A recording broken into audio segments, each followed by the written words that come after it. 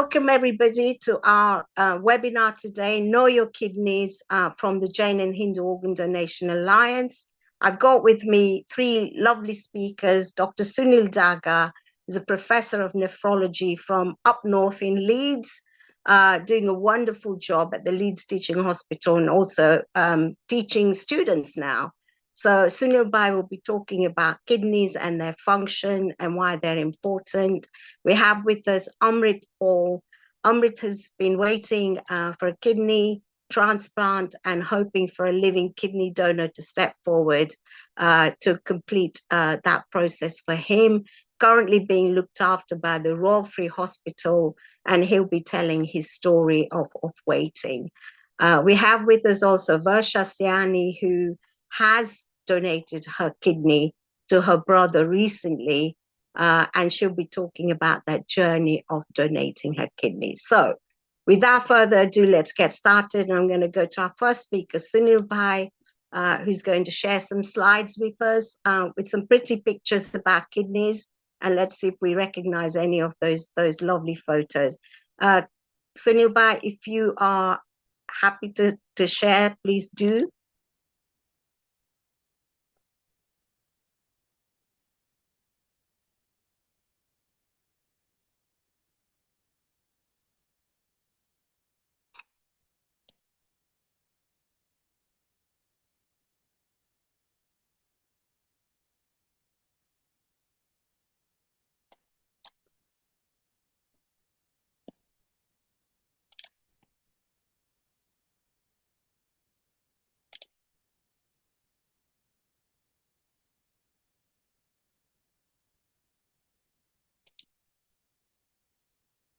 Sunil Bhai, can you try and unmute your device? Yeah, no, Oh, there you go. I can hear I've just got the permission now. Thank you. Yes, I can hear you. Thank you. Good evening, everybody. Hope all of you are well and you can hear me well. I'm just going to share my screen. So, as Prafula said, I'm a kidney doctor and I work in Leeds. I can speak in multiple South Asian language, Gujarati, Hindi, Marwadi, and Urdu as well. I can understand Punjabi a little bit, but I will answer in Hindi or Gujarati if that's okay. So, what Prafula forgot to mention is I'm also a trustee of Jain Hindu Organ Donor Charity. So, I've been working very closely with a number of colleagues, including Prafula Rekaben, in promoting kidney health to our communities, but also linked with organ donation, which is our main focus. Now, you might all be thinking how they are both linked and why we're focusing on kidneys and organ donation. Professor Ben very kindly said, tomorrow is World Kidney Day. So, why do we celebrate World Kidney Day and why we want you to know your kidneys? Now, when it comes to organ donation and transplantation, that is the most commonest organ transplant. And most people or more number of people are waiting for a kidney transplantation. So I work in Leeds and I've been a consultant now nearly 12 years, and I do 50% clinical work and 50% research. Now, I assume that individuals on the call, some of you will know a lot about kidneys. Either you're affected by a kidney problem or your loved ones is affected, or you might just have joined this just because you want to know what is kidneys. Now, normally I would be very interactive, but because this is Zoom, I can't see you, I can't see your hands going up. So I'll just go like a roller coaster, sort of going through the slides. So most individuals are born with two kidneys. Now, how many of you knew that you can actually live well with just one kidney? Because about a percentage of humans are born just one kidney, and you'll hear from Varshaben a bit later on about how is he doing after donating one of the kidneys.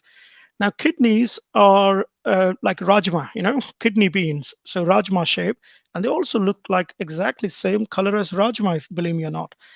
And everybody's kidneys are size of their fist. So my kidney is the size of my fist. Now, if somebody's tall and big than me, then their kidneys are bigger than me. So generally speaking, 10 to 12 centimeter is what the size of the kidneys are. Now, although they're small, they're two in your body, but they are working mightily. They work non-stop 24/7 with no complaints. An average human will have 5 liters of blood and the kidney purifies the blood 25 times. So almost, 150 liters of blood is filtered through the kidney. Whatever you do, exercise, food, any habits, all of those toxins that your body produces, kidney gets rid of it, and hence it's really important organ. I hope most of you know that kidneys are responsible for producing urine. So when you drink water, when the blood is getting purified, the impurity goes into your bladder. And when the bladder is full, you get an urge to go and empty your bladder, and that's when you pass urine. So most of us know that's what the kidneys do, but actually kidneys do a lot more than producing urine. I've already mentioned that it removes the waste, but it also removes extra water. So, for example, today you drank 4 liters, it will remove 4 liters. If tomorrow you drink 1.5 liter, it'll remove less. So, kidneys adjust to what you are doing. If you eat more salt, then kidney will also adjust and remove more salt. But of course, there's always a limit. You can't keep eating more and more salt.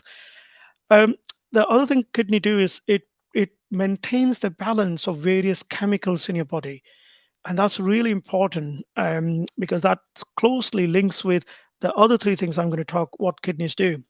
So having a really healthy kidney also controls your blood pressure, because there are lots of hormones that kidney produces, that actually helps control the blood pressure. So when the kidney disease or when the kidneys are working less, your blood pressure will go up.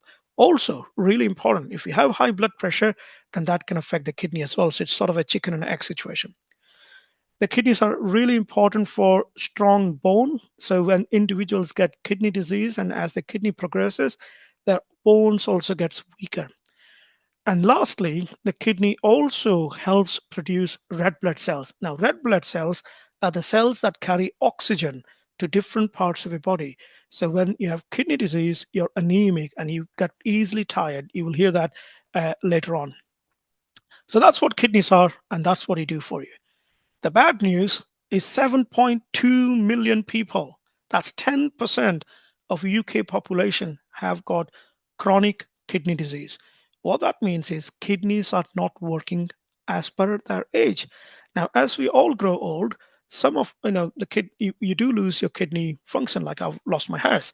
So as we grow old, the kidney function will go down. So about 1% every year after age of 40. That's a normal aging.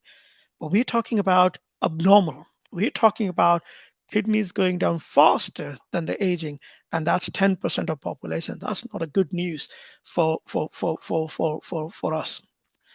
The second bad news is kidney disease is rapidly rising as the cause of premature death. What that means is individuals dying sooner than what they would be. You can see in 2013, only 13 years ago, that was number 19th cause of death.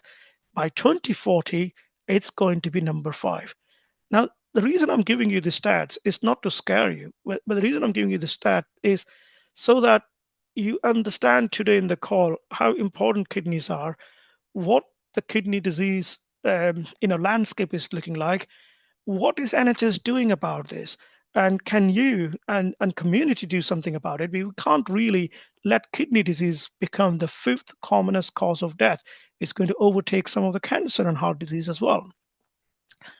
So then you'll be thinking, why is kidney disease on rise? And why does 10% of population got kidney disease? Now, those are some of the common causes I've listed there. Some of them you'll be familiar. Diabetes, number 1 enemy for kidney. Number 2 enemy, high blood pressure. And then you got a number of other things. Now, the one that's on the rise is obesity. A lot more people are heavy. A lot more people are carrying a lot more fat.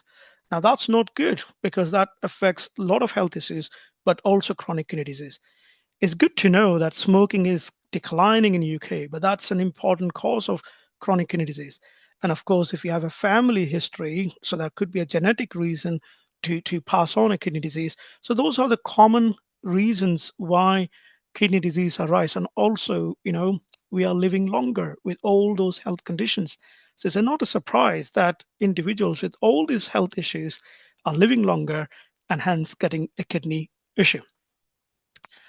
Now, this slide is very busy, but what I want to make a point is usually things start unknowingly. Your doctor don't know it, you don't know it.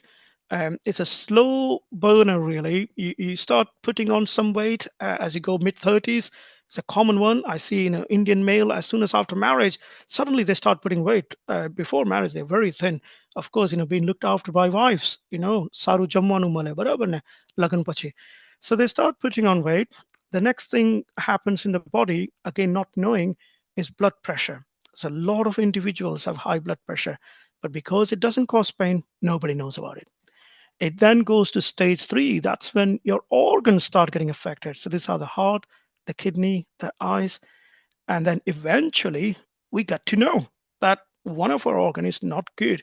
Either we get a heart attack, we get kidney failure. I've looked after individuals at 38 years of age, a Gujarati South Asian chap coming in with a stroke. He never knew he had high blood pressure because all these diseases are very silent. The second thing I want to say you, this is a map of India. Now you might start looking at which state you're interested in, but that's not important. The important thing is the top 2 slides are from 1960s to 1970s. So that's before I was born. And you can see diabetes in India wasn't common. It was there sort of in some of the state, but no red zone in India. But look what's happened in 2014. A lot of states, Rajasthan, where I come from, Punjab, southern part of India, all getting red color. A lot more diabetes is happening. So India and Indians contribute to the diabetes capital of the world now. The second thing to say here is if you're from an urban living, you are more risk of diabetes as compared to rural. So rural India also is getting unhealthy, but comparatively less so than the urban India.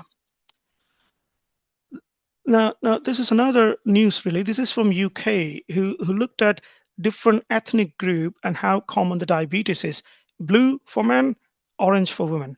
And you can see that Pakistani individuals and Bangladeshis are relatively higher compared to Indian and Black Caribbean. But Indians and Black Caribbean are higher than the general white population. So there is something in the South Asian community that we are at more risk of diabetes. And no wonder why, white people tell us, "Tame to bo meetha cho." You're very sweet people, Indians. That's not because, we are sweet. That's because we have high blood sugar. We have high diabetes. That's why we are sweet. This is second one. This is a study from Southall, Punjabi area predominantly, but a lot of Indian South Asian community. So the blue line is individuals as they grow older in a Southall region as compared to the green line. As you grow older, the risk of diabetes. You can see that diabetes happens 20 years early in South Asians living in Southall. Also Daryaganj in Delhi. That is exactly same. So the UK South Asian doesn't behave different than Indian South Asian. So we although we are in UK developed countries, we are still having same risk of diabetes much earlier than white community and a lot. Now you'll be thinking, why does this graph falls down when individual goes up to 80 years of age, whereas the green line keeps going up? The reason is people are dying. People are dying early compared to white people because of the diabetes. So that's why the line goes down. So diabetes, remember, number one enemy, मीठा છે आपने पर નથી રહેવું મીઠા બરાબર. Next thing, kidney disease. Now this is also the same stories when it comes to kidney disease. As we grow older, so red line is Asian, blue line is black, and white line is white colleagues. You can see as they grow older, it's just a little hump, a hill. Whereas look at the Indians and South Asian, they're going almost like Mount Everest. So what this slide is saying, the kidney disease happens 20 years early, much higher risk as you grow older. So same story as diabetes, kidney disease. And that's again the kidney disease map in India. You can see over the years compared to 2001 to 2010, India is getting red zone, red in diabetes, red in kidneys. The amount of people dying in India because of kidney failure is almost one tsunami every year. I mean, when tsunami came to India, it was a big news, but we are having one tsunami of death every year in India. Nobody talks about kidney disease. It's a real problem. So the next thing is, so how do we know that we have kidney problem? Often you don't have any symptoms. You generally get symptoms when the kidney goes down to 10%. So you might look as healthy as the lady in the top left hand side, totally healthy. And then as the kidney goes down, you might start seeing puffy eyes, like the lady on the right side, or you have frothy urine. Your legs might start to swell. You might feel fatigue. You'll have blood pressure problem. So those are the symptoms to watch out for. If you are getting fatigue compared to what you were a year ago, you got to get it checked. Now, how many of you in the call know that NHS gives free health check at age of 40? I'll come to that in a minute. The second thing I want to say is once you get one health condition, you get second, third, fourth very quickly. So, for example, if you have kidney disease, within 2 to 3 years, if you're on dialysis, you'll start getting heart disease. Of course, that also links with how old you are. A younger person might not get immediately heart disease, but if you're in mid 50s, 60s, you'll start getting heart disease. You get diabetes, you get mental health issues. So they're all very linked. So often when I see patients in the clinic, I don't deal just with the kidneys. I have to deal with so many other complexity because the individuals are getting more and more health issues. I can just go on and on. All the graph look exactly the same. This is a heart attack in South Asians, and you can see much faster, much younger, much higher compared to white colleague. So more diabetes, more kidney disease, more heart attack if you're South Asian. So what can you do? That's the question. What can you do? It's really simple, actually. So this graph here shows you can have some simple blood tests to see how much your kidney is working. So if you are 40 years and less age, your kidneys should work 100%. If you're 40 years age and below, then and if it is less, then there is a trouble. You need to have a V sample. Not many people give their V. They're quite happy to give a blood test, but they don't give the V test. And if you have diabetes, you need to have all those tests done, as you can see in the picture, the eye test, the feet test, because often if the eyes are affected, your kidneys are affected. They go hand in hand. So this is what I meant. NHS health check is free, but only 1 out of 8 individuals go and get it done. Why?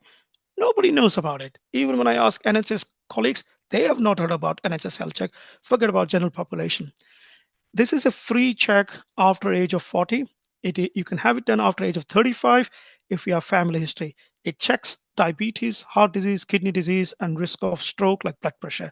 You get it done every 5 years after age of 50.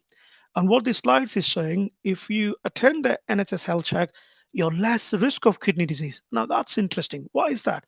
Because we can detect diabetes and high blood pressure early, so then the kidney disease is less. And you can see in UK, 5 million people are undiagnosed high blood pressure, and nearly 1 to 1.2 million people not diagnosed with diabetes. They already have diabetes. They already have blood pressure. So no doubt why the kidneys are going down as well. Just last few slides now. So so you must be thinking, so how do I keep my kidneys healthy? Well, you know now what to do to know if your kidneys are healthy. If they're healthy, you need to do these 8 things to keep your kidneys healthy. If you don't have any heart conditions, then we advise 2.5 liters of water a day. So that's minimum, okay, that you need to do. You need to eat healthily, ultra processed food, red meat, ready-made meal like KFC, McDonald's that are loaded with salt is absolutely no. It's about natural food. Cook yourself. Know what you're putting in the food is what I suggest. Exercise is really important. Not something Asians do well, but they are improving. So we recommend about 150 minutes. So that's 30 minutes, 5 days a week, moderate amount of exercise. But look, if you can't do 30 minutes, 5 days, even 10 to 20 minutes is good enough. But you got to do that every day. I'm not even going to say do not smoke. Reduce salt intake. We don't. The salt is only for the tongue, not for the body. So please cut down your salt. And the second thing I want to say from here is if you are on medicine, please take it. Even if you feel well, if you have diabetes, take your medicine. Take your medicine if you have high blood pressure, because all of this is silently kills it. So please don't take it lightly. Take your medicine. We know about 25% of individuals don't take medicine. That's what the research says. 1 in 4 people don't take medicine. Now, this is a typical feast, isn't it, Prafula Ben? If you go to Oswald Center or any centers for food, this is what we get actually: prasad and then feast. Now, what this graph is showing you is number of spoonful of sugar. If you have gulab jamun, that's 5 sugar. If you have Coke, then that's 9 spoon of sugar. Now, often when we go to the restaurant in Wembley or Leicester, we have all of this together, by the way. So you can imagine how much sugar load we have done. Not good. Please don't do that. And I don't want to dwell too much on this, but if you have any disease, it does affect your mental health because it does bring a lot of anxiety as what will happen in future. Often, healthcare colleagues aren't able to support because language is an issue. They don't necessarily understand the food habit, the cultural habit, and that can all drive, anxiety and low mood. Now, good news. So far, I've been painting really bad news, haven't I? So, what is the good news? The good news is, as a result of really good research, now we can confidently say we can reverse the kidney failure. We can reverse the kidney pandemic. But there is a catch.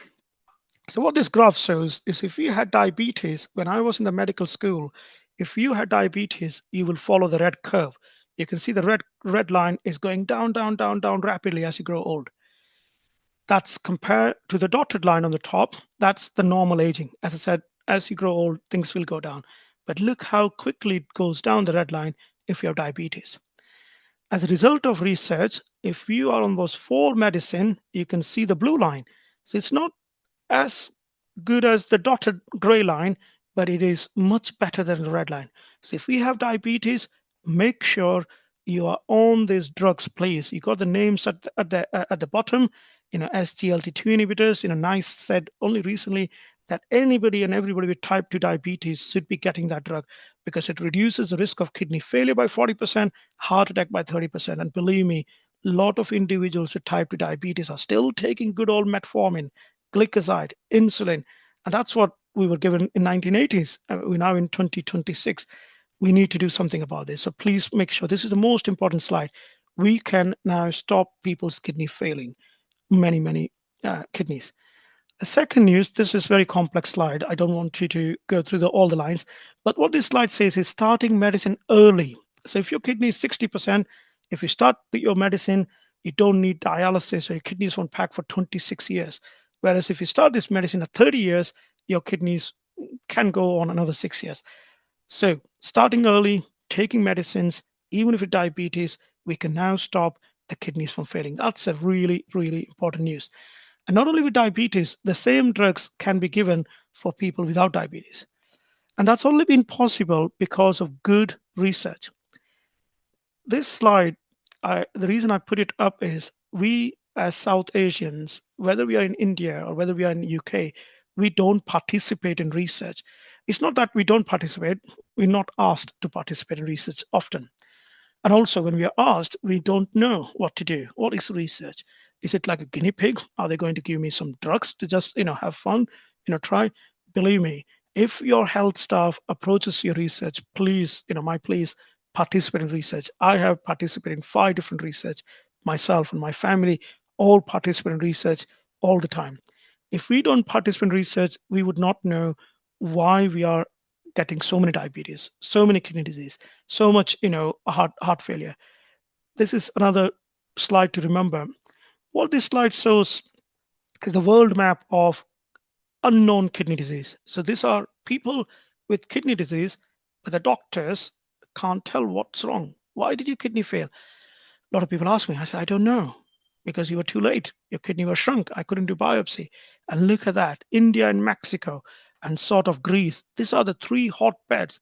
India being particularly high risk. And there is a study that showed that, a lot of whitening cream that both men and women applies in India, that can cause chronic kidney disease. So just be very careful when you apply anything of that nature. I won't go too much into treatment of kidney failure because you will hear from other speakers in a minute. But essentially, if we can't stop your kidneys from failing, those are the treatments available. You can either hook yourself in a machine and purify your blood like the gentleman on the left, or you can do a home dialysis like the lady in the middle. You can put a tube in your tummy and we'll train you, and you can do. What's the advantage of the middle one is you can do it at home whenever you want. You can do it at work, you can do back of your car boot. It gives a lot more freedom compared to the hemodialysis, the chap that he has to come to the hospital 3 times a week. Of course, the best treatment is transplantation, and you'll hear that more, and we'll take some questions, because if you have transplantation, you don't need to go through dialysis or anything like that. This is my last slide. This is not looking good. We have over 2,000 people of Asian heritage in UK waiting for organ transplant. 50 Asian donors after death, so that number is still low. We have 3,500 people donating organs, 50 from Asian. So if you're Asian and you're waiting for a waiting list, you're going to get a kidney from white people. There's only 5 or 6% is from BAME community. Most of the kidneys donated after death is from white people. The same news, I'm afraid, living donors don't come forward either. So if you're white, 3 kidneys, 1 is from living donor. If you're ethnic minority, out of the 6 kidney, 1 is from living donor. So not only we not donate after death, we don't even try and help our lived ones. Why? That's the big question. And I will stop there and pass this back to Prafula Ben. Thank you for listening.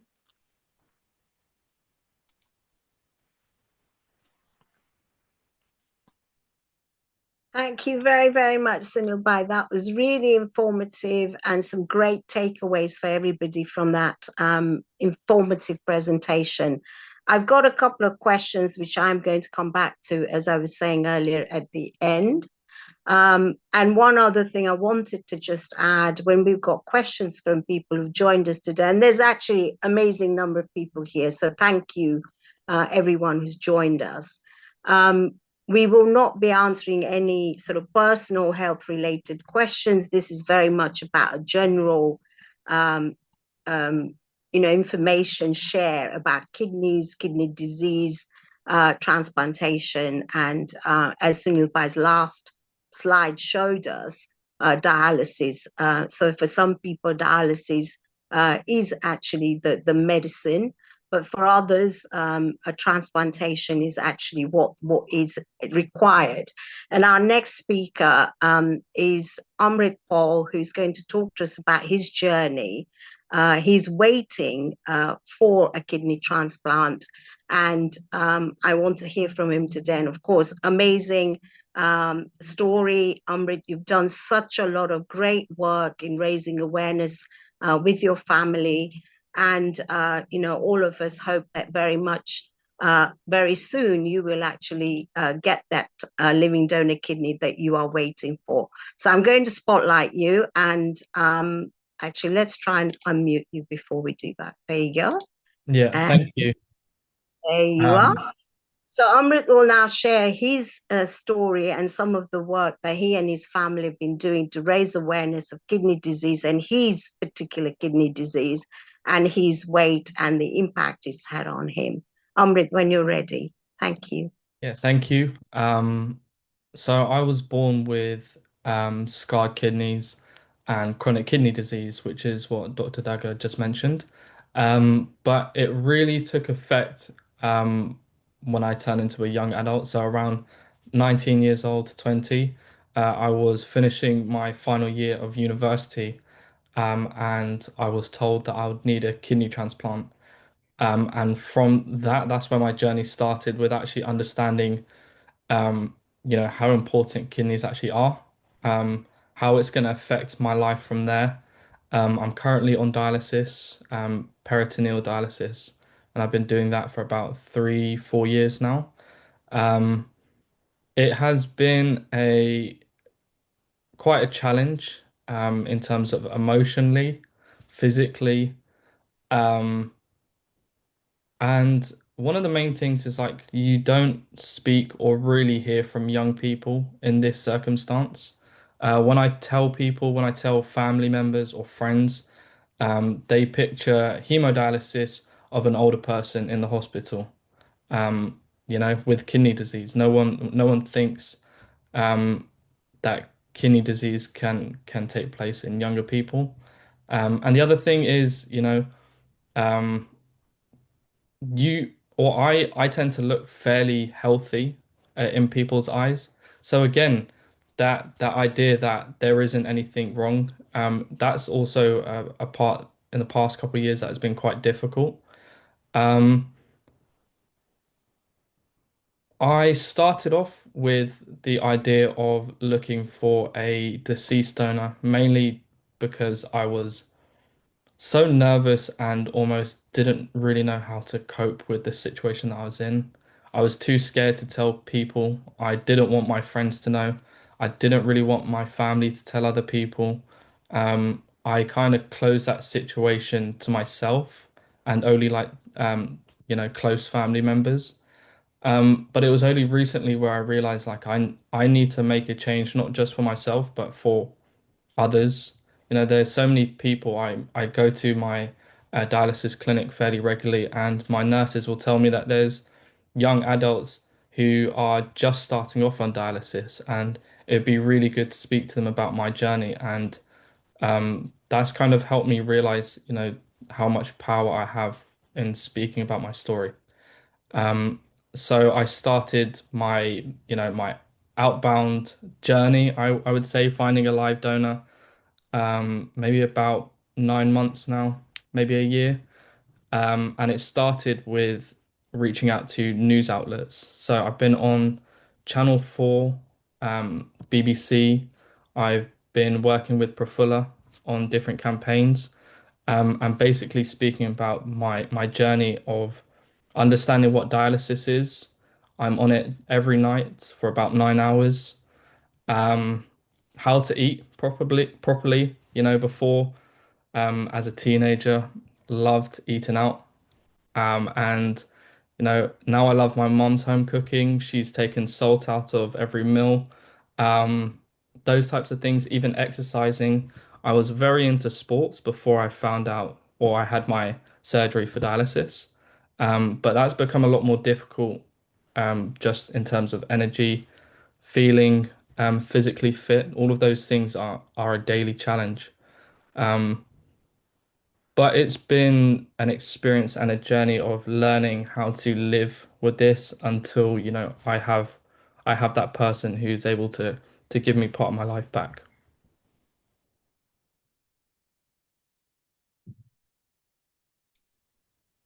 Thank you, Amrit. And you're so right. People who are in this situation, and you're not the first person to say this about, hiding, not wanting to tell people, and certainly not asking your loved ones to do the tests and donate their kidney. And as you know, I've got a personal story with this. I donated my left kidney 8 years ago, and my niece was exactly the same. She didn't want to tell anyone. She didn't want anyone to do the test and go through this whole process. Because actually, essentially, you're really healthy, but you're going to have surgery. And that really frightens some people. So, I'm living proof. We've got a couple of other living donors on this call today that we can live a really good life on one kidney. And so, if we can help other people who need a kidney, like Amrit does, then why not? If we're healthy and we can do that. And your health is still very important because you will be tested on all these things to make sure that you are healthy. I've actually got a gentleman who's put it in the chat that he's joined us from Canada and he's a donor. He's a kidney donor from Canada and he wants to have a few minutes to talk about his story. So we'll hear from him a bit later, definitely. Amrit, is there a kind of a message that you want to leave for everybody before we move on to Versha to talk about her story? Yeah, I mean, it's just about being open to help people. I think that's the main thing. Like you mentioned, a lot of people don't actually understand what kidneys do, and as doctor said, you can live healthily with one kidney.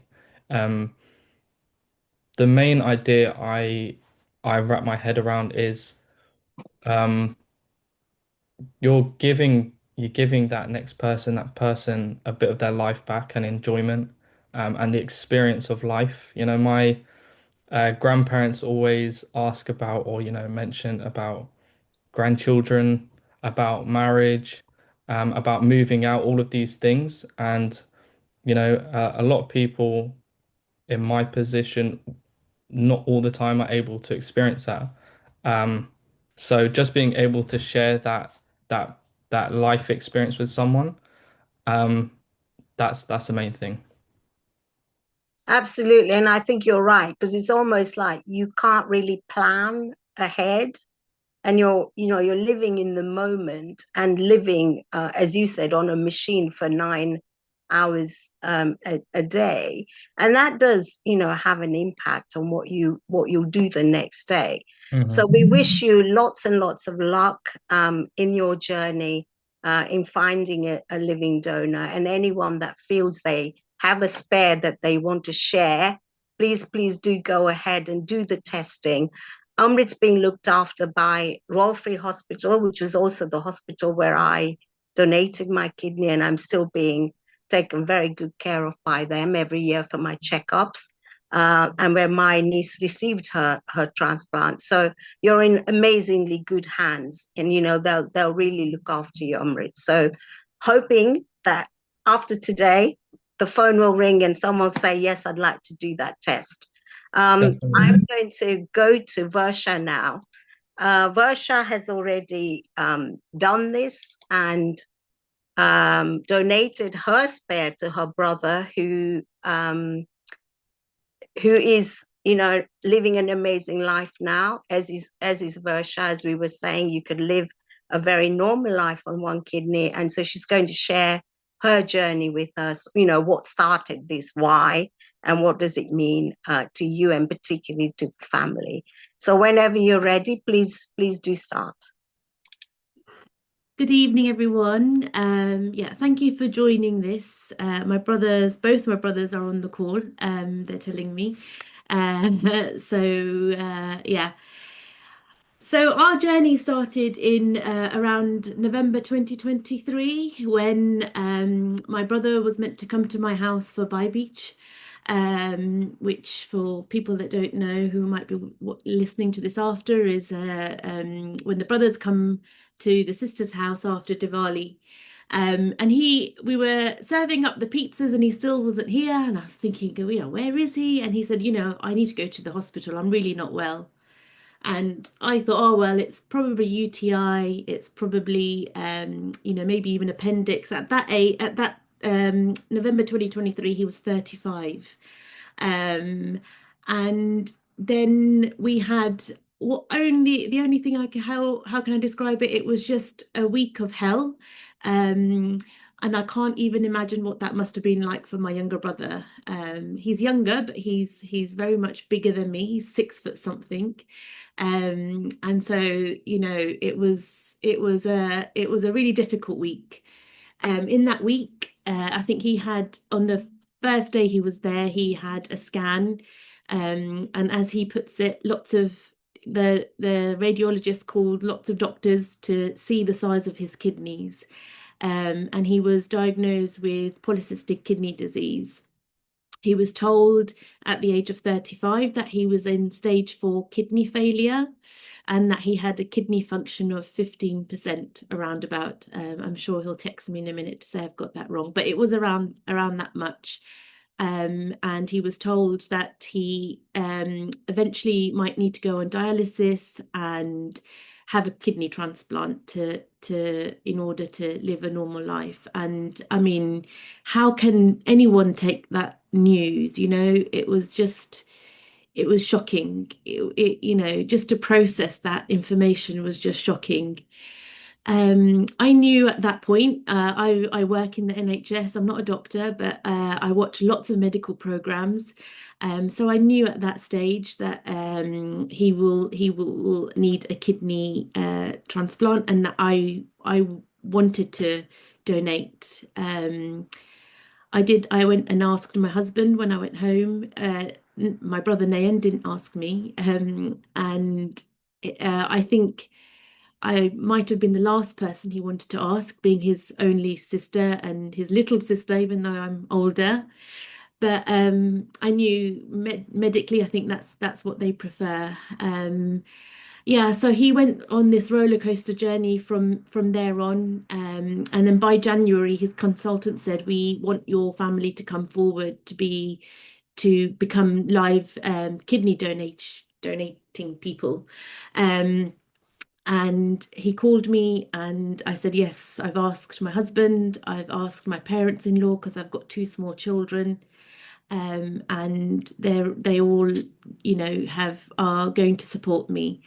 So in January, end of February 2024, we had our first education session with Harvinder from Hammersmith Hospital. And that was just mind-boggling, you know, just to think it was so much information, but you know, she really held our hand the whole way. It was amazing. She's like your strict older mum, your strict older sister or your mum, but she was just lovely. I loved her honesty. And from then on, I then had my investigations, lots of blood tests, lots of urine tests, 24-hour urine tests, which are interesting to say the least. But you know, that I think that was the easiest part. And then in June, there was a massive workup for me. So I spent more or less the whole day in hospital. I couldn't tell you what they did. They took lots of bloods. They gave, you know, ECGs, and I mean, you name it. I had a full body MOT.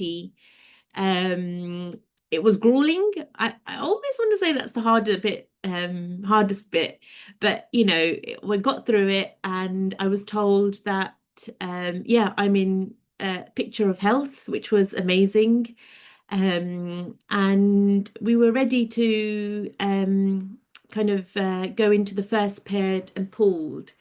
The week after that, we got the results of that. My brother was told that he had the genetic form of PKD, so that we couldn't go into the first paired and pooled. I'll explain that in a second. In the end of July, which is what we were hoping for, because they needed to test me for the genetic condition, the gene. So we waited over summer, and then we went into the first paired and pooled in October. Paired and pool is when so I, as a living living person, has you know, put my kidney in this virtual pool. And correct me if I'm wrong, Dr. Sunil, but 4 times a year, a computer in Bath matches up all the kidneys in this pool. And you know, it's like you know, it does a big, like almost like a house, you know, when you buy a house and you're in this chain, it does this, you know, it all matches everyone up. It's just, I mean, I don't know how it does it, but it sounds very miraculous to me. And yeah, so our first paired and pooled was in October, and we weren't successful in that one, but we were successful in the January paired and pooled. And I donated my kidney to a stranger so that my brother can get a kidney in on the 29th of April last year. People ask me why. I honestly don't have an answer why. I knew, my heart, my gut, my soul knew that I was going to do this. You know, there's a saying in Gujarati, like, you know, me and my 2 siblings, we are close, but we don't, you know, sukh dukh ni baat na kari. You know, it's not, you know, we're, you know, we in translation, we don't talk about our feelings, you know, very much, but there's a you know, a bond of blood, the bond of the journey that we've been through together in, you know, in life. And yeah, so, you know, that's what probably, that internal instinct is what told me to do this. And as well as the kind of courage and I got from my family, my in-laws and my husband, and later on my kids as well. I think coming closer to the journey, I think a couple of weeks beforehand, I'm not going to lie, I was really scared. And I think that's only natural. And I thought, gosh, what have I done? I've got 2 small children. They were kind of 8 and 10 at the time. What if, what if I don't make it? And what if I'm ill? And what if, all of that comes. But I think that's all very natural. And yeah, and I 100% felt supported, throughout the whole process. When I got admitted, I was treated like, I couldn't believe it. Like, I didn't realize there was this kidney community, and all the nurses and the doctors were coming up to me and saying, you're doing this amazing thing, and thank you, you're helping the community, the kidney community. And I was like, oh my goodness, wow, I had no idea. And yeah, it felt special. Everyone at work was, saying how courageous I was, but I couldn't believe that. And so we had surgery on the we were admitted on the 28th, and the surgery happened on the 29th. I was admitted early in the morning. Harvinder was with me. She literally held my hand up until the last point. When you're in the paired pool, everyone gets the green light at the same time, so nobody can fall out of the chain, so to speak. So they gave the green light. I woke up, I don't know, 1:30, 2 o'clock. Like with any surgery, there will be pain, but I recovered pretty quickly.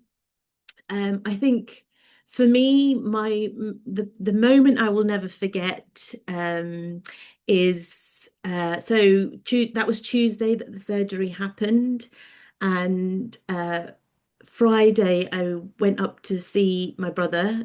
I was out of the intensive bit at that point. He was still in the intensive bit.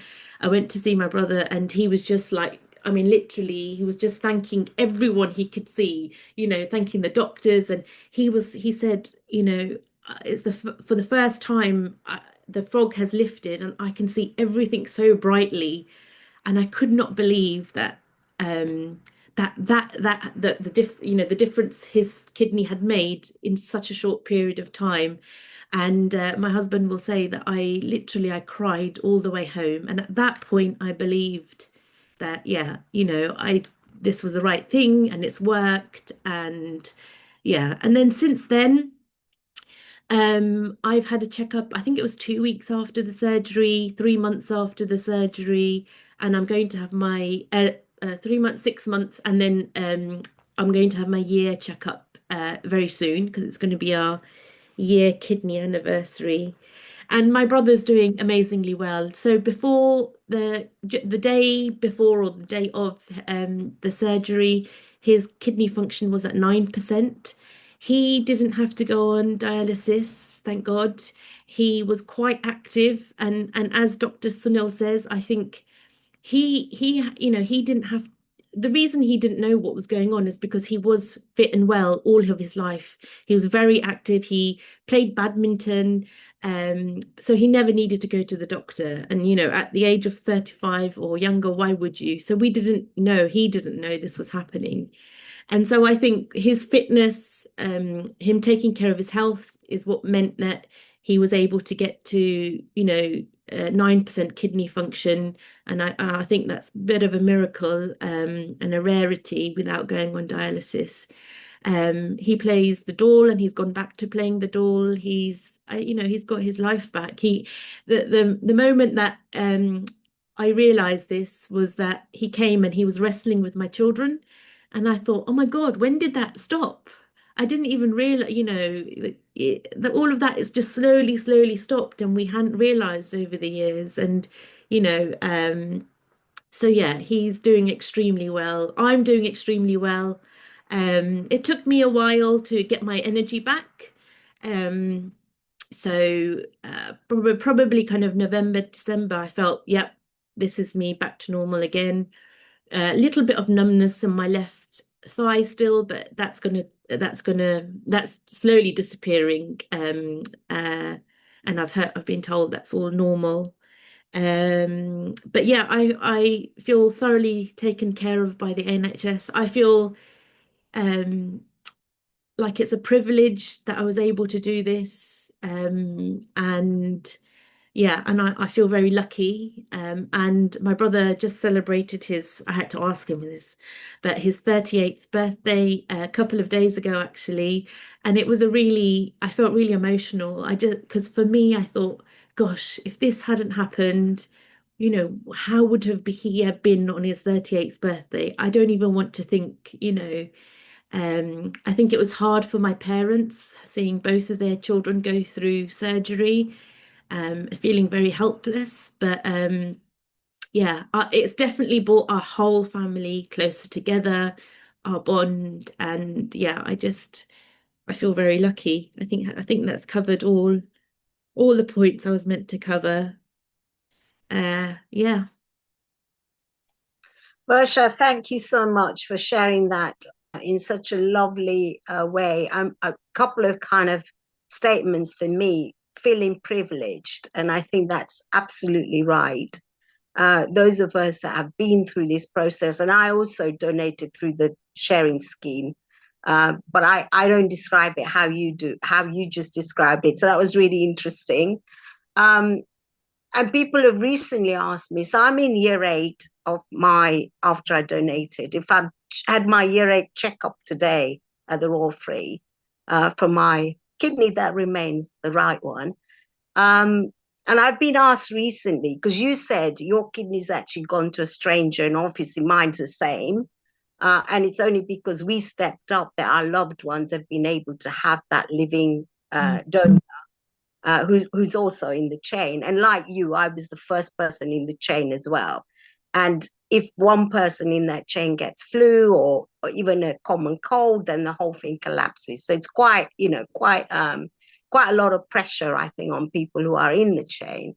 But I've been asked recently, do I want to know who my kidney has actually gone to? And I don't know if I want to know. And like you, I never really analyzed any of this before donating. I was just like, it was day 4 that it really hit me that, look, what have you just done? And I think, the 3 things that you mentioned there as well about people taking really good care of us, kind of, just acting as a really good friend to us when we're there in that sterile environment in a hospital. But the first question I remember asking when I came out of the coma, I call it, was, is it working? Because you don't know if it's working. I was told yes, it is working. And just like you said you noticed the difference in your brother so quickly. I noticed how my niece Shakti looked like the next day. It was like a transformation. You could see everything was different.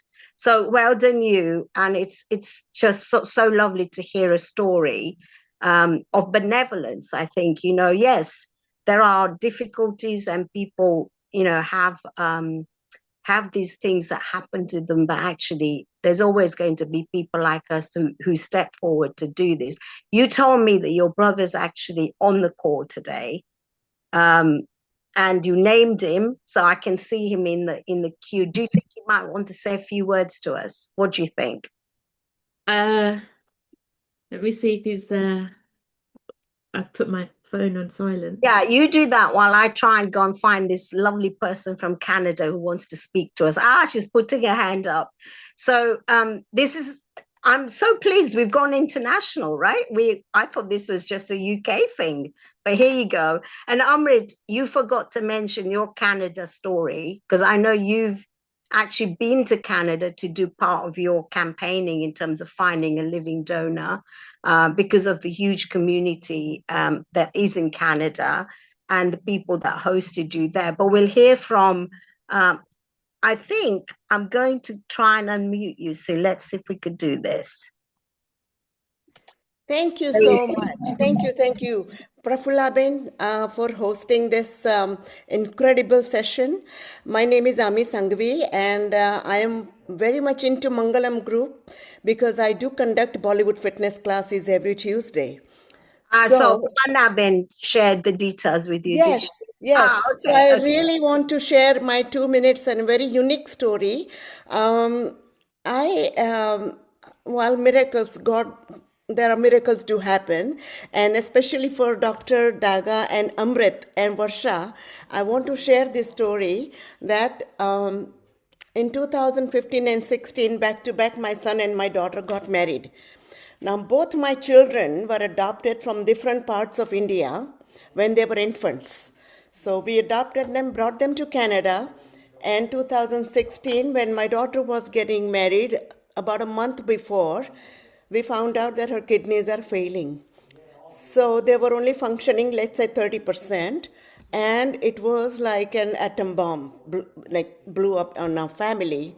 And even the doctors at Sunnybrook Hospital were confused that how to handle this girl because she's getting married. So unfortunately, they had to put her on treatment right away. So on her wedding day, she had put on about 30 pounds, which nobody could control. And after the wedding, we started searching for a donor all over the world. In Canada, there is a waiting list of 8 to 10 years for a live kidney donor. So then I thought of myself that why don't I do my own checkup and see if I'm a match, because there is no biological connection and we have no past history of the kids from India. So I checked, and fortunately, God is great. Myself, my daughter, and my son were the same blood type. So everybody was shocked with the pleasant surprise. And again, like Varsha, my testing started. It lasted for about 6 months, and they checked me inside and out, everything. And finally, they put a stamp on my head that, yes, she's a donor. So in 2018, March 14th, my transplant was done at UHN. And my daughter recovered within a month, 2 months. I recovered within 3-4 weeks. And I am so fortunate that in 2021, my daughter gave a birth to a beautiful little girl. And 7 months ago, she delivered beautiful twin boys. So I am really blessed, and that God does a great job. And I wish I had 3 kidneys, and I can give one to Amrit. Amrit, I will. I wish if you are O positive, and I would love to give you my kidney if I had one more. Okay, so please, I am also a very much an activist in organ donation seminars, and I also am a TAP volunteer. In Toronto, in Ontario, they have, it's called I'm a Kidney Donor. There is a training for 6 months, and I got trained, and I can go to CKD department in the hospital, and I meet all the kidney patients, and I share my experience, and I give them the courage. And this is what I am here to do. There were 100 people, and now they're 88, so 12 are gone. But I want to tell them that please do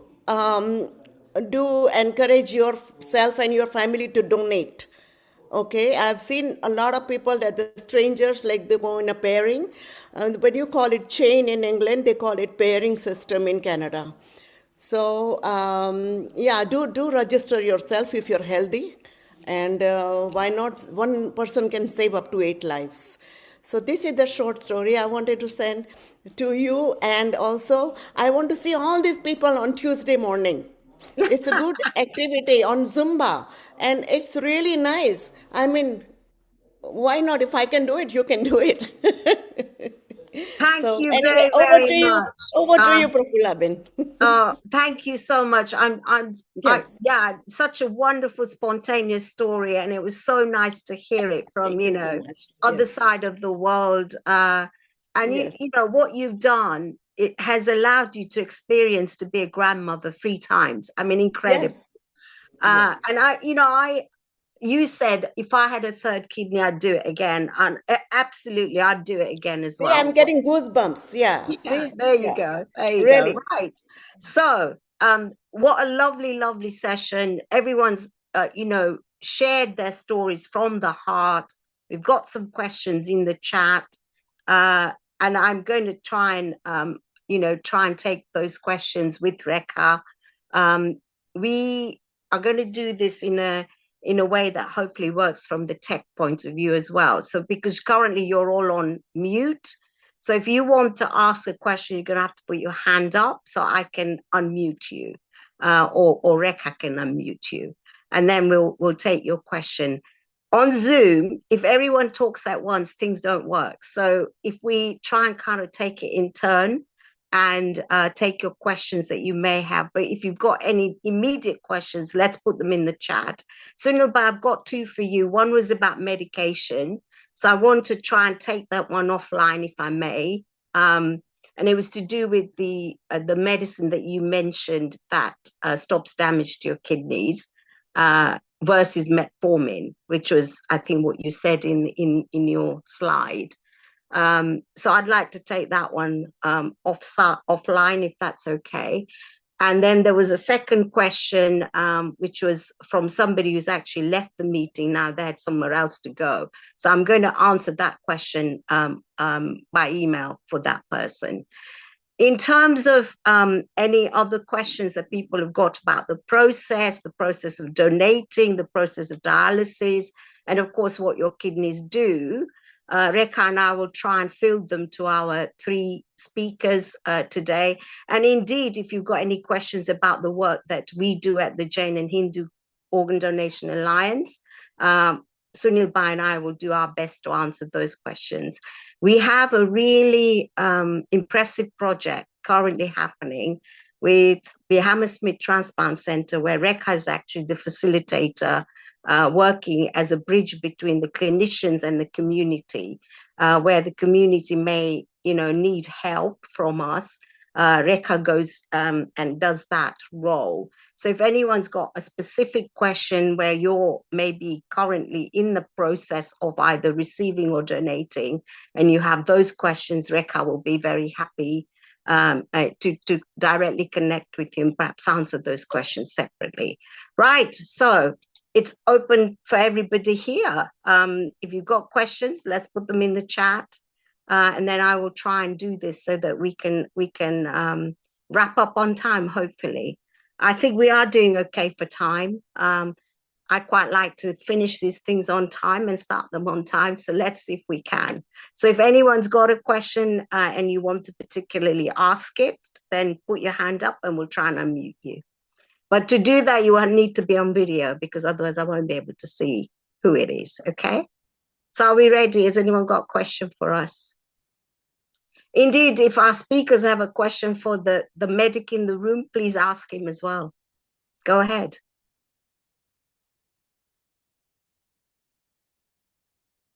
Okay, so I've got a question somebody's asked me on WhatsApp. Sunilbhai, this is for you. And actually, even Varsha and I could answer it because he's talking about the amount, what is involved in the workup to donate a kidney. So the different tests that we have to do in order to establish how healthy we are and whether we can donate. So I'll go to Sunilbhai first and then maybe Varsha, if you want to tell us your experience, because you said you spent a day doing this and I was the same. All mine were fitted in one day at the Royal Free. And then I had to go back to do one more. And like you said, I gave so much blood. I was thinking they've taken all my blood. So it's that kind of thing. But let's go to Sunilbhai first. Sunilbhai, do you want to try and answer that? Yeah, thank you, Prof. Laben. So, look, most centers across the world, they follow more or less same process. There may be one or two tests that leads might do differently than what you might have gone through, Prof. Laben or Varsha Ben or Rekha Ben. But generally speaking, when it comes to living kidney donation, this is not new. This has been going on since 1954. over 500,000 people in the world are living with one kidney after donated one of the kidney. So the key thing from the health or NHS point of view is not to do any harm. Okay, that's the first thing. We don't want the donor to go through anything catastrophic during that mission or even when they're recovering. Also, we think about how the donor's health would be in 5 years, 10 years, 20 years down the line. We use a lot of information. As I said, kidney donation is going on from 1954, so we got plenty of data for individuals who are living now 40 years since they've donated a kidney. So we inform the choice of the test, and the key thing is they need to be reasonably fit. When it started in 1954, it was all young people, but now there is no age limit. As long as they're good and the kidney is going in someone where that will be just enough, that's okay. We are allowing individuals with high blood pressure, for example, to donate a kidney as well. We are allowing individuals who might be at risk of diabetes to donate a kidney as well. So you could see that over the years, things have pushed. So it's not super fit young people who can donate kidney. We had a 76-year-old donating a kidney as well to the wife. So there's no age limit really, but of course with increasing age there will be more tests per Profula. That young person like Varsha might have not gone through. So if there is any specific question I can absolutely address, in terms of what tests might be needed for somebody with certain characteristics, but generally speaking, make sure they're well, they have 2 kidneys, because often you'll be surprised, when you put them through, they actually only have 1 kidney. Then we want to make sure that the 2 kidneys are enough for both, for somebody who they are giving and also enough for last to them. So we need to look at how much percentage the kidneys are working. That would be another one. And the third one, broader level, is the surgeon needs to know which kidney to take out, how many blood vessels there are, how many tubes are there in the drainage, because that's all needed for planning. So lots of tests over 3 to 6 months time, all about making sure they're healthy, the surgery is technically possible, and that they are not, putting them in risk in a future life. Brilliant. So thank you. That was a really, really good answer, good response. And I think definitely the one about how many blood vessels, connected to the kidney, because in my case, it was not the normal kidney number of vessels. I had 1 extra. So we had a bit of a extra hour of surgery because of that 1 extra blood vessel. So, that is really relevant. I'm getting lots of questions about metformin. So Sunil Bhai, I am going to ask you really quickly, because 2 of those questions are saying, if I'm taking metformin, should I just stop taking it? If I want to get this other medication, should I be telling my GP and asking for it? So yeah, okay. I think I am going to do a little health warning here before the medic in the room answers this. We don't know how specific GP surgeries will work and how they will work with your particular situation. So what Sunil Bhai will probably respond with is a more general piece of information. But obviously your GPs, we've got to be friends with our GPs, right? We've got to become friends with them. And then we can manage all of these things a lot better. So over to you, Sunil Bhai. And then Varsha, when I'm coming to you, and I've just seen your message about Nayan. So that's really good. If he wants to just talk and not put video on because he's in the car, that's absolutely fine as well. But let's do that after the questions. Yeah. So what you got to remember is there are 2 groups of drugs when you have diabetes. One to control your sugar. So metformin does that good job. And the second group of drugs are the one that protects your body from diabetes. So this is protecting your kidneys, protecting your heart, protecting your brain. And this is where this new drug, which has been there for 10 years, by the way, it's not that new. If you're not on that drug, you must be on that, because that's what the national recommendation is. There may be a reason why the GP has not given you, so we can't go into that detail. But most individuals with type 2 diabetes should be on this drug. So if you ask a GP, you've been to a session, you heard that individual diabetes are at risk of kidney, heart, and brain disease, and this wonderful drug can reduce that risk by 30 to 40%. Am I on that? How can I get on that? it is now available widely in NHS. You should be on that unless there is a good reason not to be. Great, thank you. Right, Varsha, do you want to add anything to the tests question earlier, and your own journey in terms of anything unusual that you might want to share?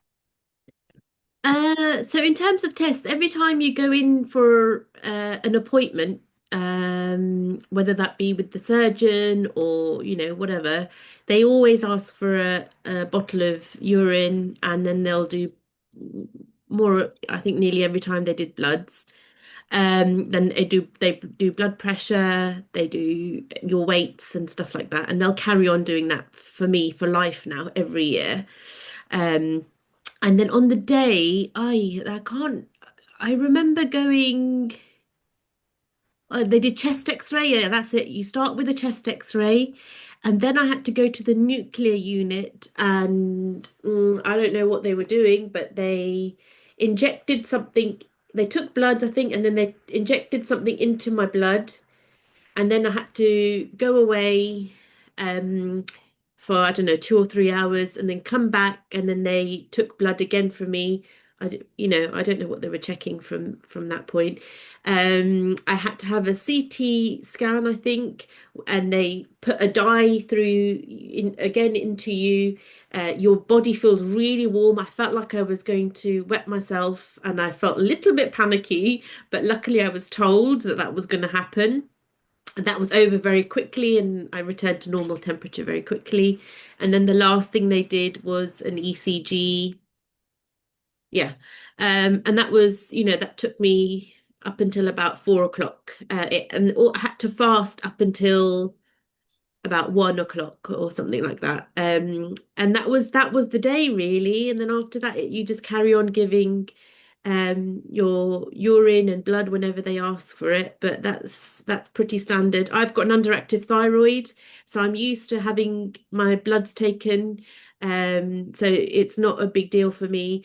I just forgot to mention that the reason I couldn't directly donate to my brother was because we were different blood groups. He's A positive and I'm B positive or something like that, so that's why we couldn't directly donate. I forgot to mention that key bit of information.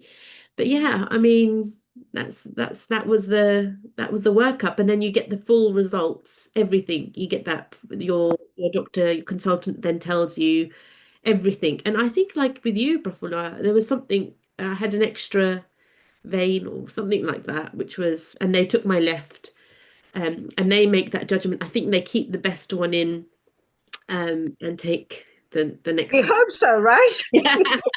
We hope that they've kept the best one because that's the only one we have. Yeah. Yeah, absolutely. And I think in my case also, it was slightly more complicated by the fact that the BBC actually filmed my surgery. So they wanted to make sure, obviously, that it was being done in the best possible way because it was shown on BBC that May. So my actual donation was in March, and they showed the film in May. So it was interesting. I've actually seen my kidney being taken out, so I know it's not there. I saw a picture of my kidney and I thought, oh my goodness, wow. Yeah, it's interesting because Sunil, in your slides where you just showed us that kidney, I was thinking, oh my God, is that what it looked like? Because all I saw was them literally picking it up and putting it in, ice or whatever, ready for it to go wherever it needed to go. But I will say those tests are absolutely necessary because people, they need to be absolutely sure that you're healthy and you're going to remain healthy in donating your spare kidney to somebody who needs it. So, Amrit, have you had any tests? What kind of tests have you had while you're waiting? I think it's regular blood work. Yeah. I'm regularly checked up. I think for my sake, it's more around dialysis work, clearance, things like that. Yeah. But also because I'm on the waiting list for a deceased donor as well, they're also checking on clearances and blood work for that. Okay. Okay. Yeah, and I think the kidney sharing scheme is, of course, an excellent avenue for those that don't have a direct match in either the friends or family circle. And Varsha, you've donated that one, so have I. So not enough people know about it, Sunibai. You know, I'm always going on, as you know, talking about it, because I think not enough people even realize that this scheme is existing, and it does help those people who don't have a direct match. Varsha, is your brother still here, or has he gone? Harsha, I'm coming to you in a minute. You put your hand up. Can you? I'll come to you in a second. Sorry, Varsha. Nayan, can you see him? Has he put his hand up? No. Or maybe he's...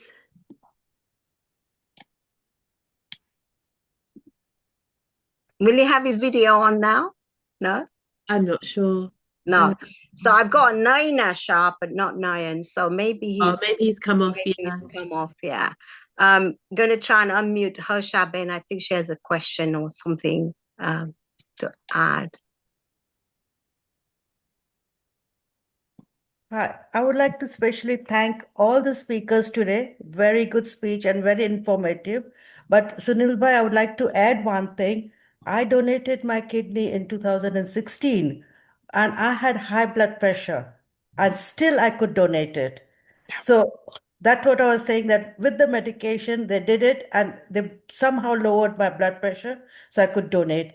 And the other thing, I really appreciate NHS and all the consultant because they did thorough check on my husband to whom I donated so that my kidney when was donated is not wasted. Because they ask you so many questions, and for in our case, for 3 times our planned operation was delayed because first time they found that he might be having a cancer, so they delayed. They wanted to check his body completely. Second time he had ECG was not right, so they thought if my kidney is donated and he has a heart attack while the operation, the kidney would be wasted. So, and third time we were lucky we could donate the kidney. I could donate my kidney to my husband. But what I'm trying to say, Amrit, I really wish you get a gift of life and someone will ring you straight away because you get good quality of life. So that's all I want to say. The transplantation is biggest seva or biggest daan you could do in your life. Thank you so much, Harsha Ben, for sharing that. And of course, I actually know somebody who had diabetes but still managed to donate his kidney after he passed away because his family gave permission. And he actually had diabetes and still managed to save somebody else's life. And I have some really good news to share about Shakti as well. So this September, Shakti is getting married. And for us, that is, you know, amazing result. She's same age as you, Amrit, and she was same age as you, you know, waiting for that transplant. So, you know, this is what we do doesn't just change the life of that person, but it actually changes the life of the whole family. And often families, you know, are not just the one bit of that family, but the whole extended family as well. Right, I've got one question, Sunil Bhai. Lots of people want to know the name of that medication that you mentioned in your slide. So can you just put it in the chat? Is that okay? But again, Yeah, just disclaimer, I don't have any shares in this company, by the way, Prafula Ben. Okay. Yes. I would have been a millionaire, by the way, by now, but no. Yeah, I'll put it in the chat. Yeah, if you could put in the chat with the usual caveat that, you know, you're not here prescribing it. They need to go and speak to their GP, be friends with them, and find out how they need to do this in future. Right. So I've got no more questions. We've got a couple of more minutes to just recap a couple of things. So Sunil Bhai, is there a last message you want to leave with our audience? And I'll ask the same of Amrit and Varsha. And I want to talk a little bit about our next webinar, if I may, at the end of that bit. So a last message or something to take home with. Well, I want to be out of job. Keep me safe. That's my message. You want to be out of a job. Okay. Okay. So you don't want any more patients. Is that what you mean? No, I want you to be healthy. So, and Okay. there are many drugs now can keep you away from me. Very good. Right. Amrit, a last take home message. Yeah, I just want to thank everybody who has shown support. And for you, Doctor, I've been a kidney patient for so long, and even just, um, getting back to basics of, how important, what the effects are. Thank you for that. Um, the message again is just, um, give those people that life experience. We've had two people discuss about how they've shared their kidney indirectly to someone they love, and they still made an impact to two people. It wasn't just a person that they were looking to help; they helped someone else as well. So, yeah, just be willing to help people, even if it's just checking if you're a match. Brilliant. Thank you, Amrit. That was really lovely. And absolutely, I think that ethos of doing good for others is something definitely that we can all do, even in small measures or in large measures by giving our kidneys away. It's absolutely something we can do. Some people ask us, does my faith allow me to do this? And I'm just going to be absolutely clear here. Both the Jain and Hindu faiths, the Buddhist faith, the Sikh faith, in fact, all of the Asian, dharmic faiths encourage people to do good for others and seva of others. So this absolutely falls into that category. And we can't emphasize that enough because Sunil Bha is very clear in showing us that actually it's the community that has this challenge, and it's the community that can overcome the challenge. So yes, our faiths do allow it. And if you've got any faith-related questions, do get in touch with Jod. I'll put the email address in the chat in a second. Right, Worshabin.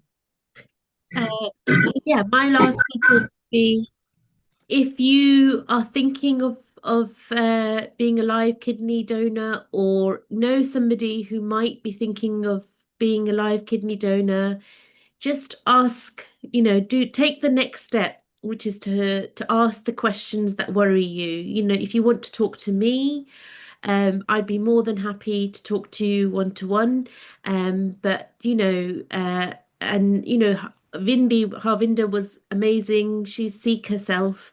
I'm sure she speaks Punjabi and maybe other language, so she can definitely speak. And just by asking the questions doesn't mean that you will have to donate. That's okay.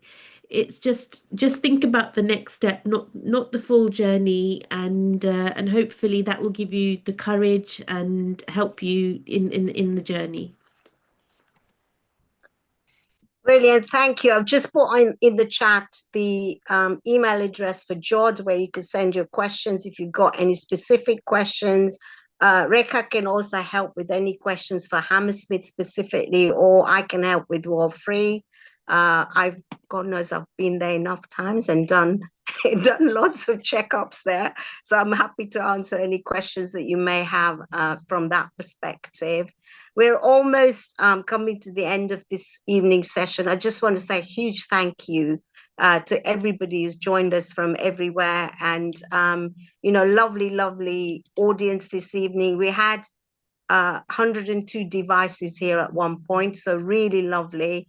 We are recording this and it will be uploaded to the Jod YouTube channel, and I'll share the link with everyone on our social media channels, and also to those who have specifically registered, it will go to your email addresses. I'm going to just share one other piece of news, which is in May, we will be doing our next Know Your webinar, which this time is going to be about liver. And because liver is the other organ that we can donate while we're living, and we will have another medical professional talking with us, and a couple of stories from the community of people who have actually donated a piece of their liver to help somebody else. So our next webinar is about livers, and the one after that, in 2 months later, will be about heart care and heart transplants. So I want to say a huge thank you to everybody again for joining us. Rekha, thank you. I know at one point you had to go off because the iPad died. And there you go. Sunil Bhai is going to be doing a face-to-face event in Bradford this Saturday. George is part of this event with Rangoli Radio. So if you're in that part of the world and you want to attend that event, it's in the Prajapati Temple in Bradford. So Sunil Bhai, do you want to give the full address? That might be good. And then did you type in the name of that medication in the chat? Yep. Yeah, wonderful. Without disclaimer. Okay, really lovely to have so many people with us this evening. I hope it's been helpful and useful. And if you've got any questions for any of us that, suddenly come to you after this webinar ends, you can always email them to us at the email address. I want to say my thank yous to our speakers, Dr. Sunil Daga, over there in Leeds, and Sunil Bhai has been to lovely celebrations earlier this evening, haven't you, for living donors in Leeds. Barsha, lovely story, and please do thank Nayan as well for us. And I'd love to have him maybe talk about his journey in a future webinar. Amrit, thank you, and really, really, really hoping that somebody steps forward for you, and we get to have you come back with a new kidney and tell us more about that. Thank you everyone again. And Rekha, thank you. I've got someone putting their hand up. Let me just try and unmute you before you start talking. There you go. No, you're still on mute. Hold on. Naina Ben, hold on.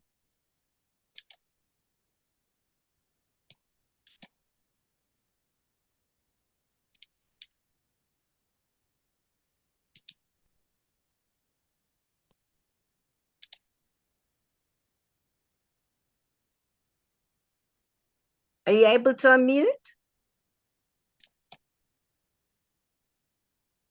No, I think she's having difficulty unmuting her device. So maybe you can reach out to me separately with whatever your question is, Naina Ben. Thank you everyone again, and I'm going to wish you all good night. Bye. Thank you. Bye. Good night.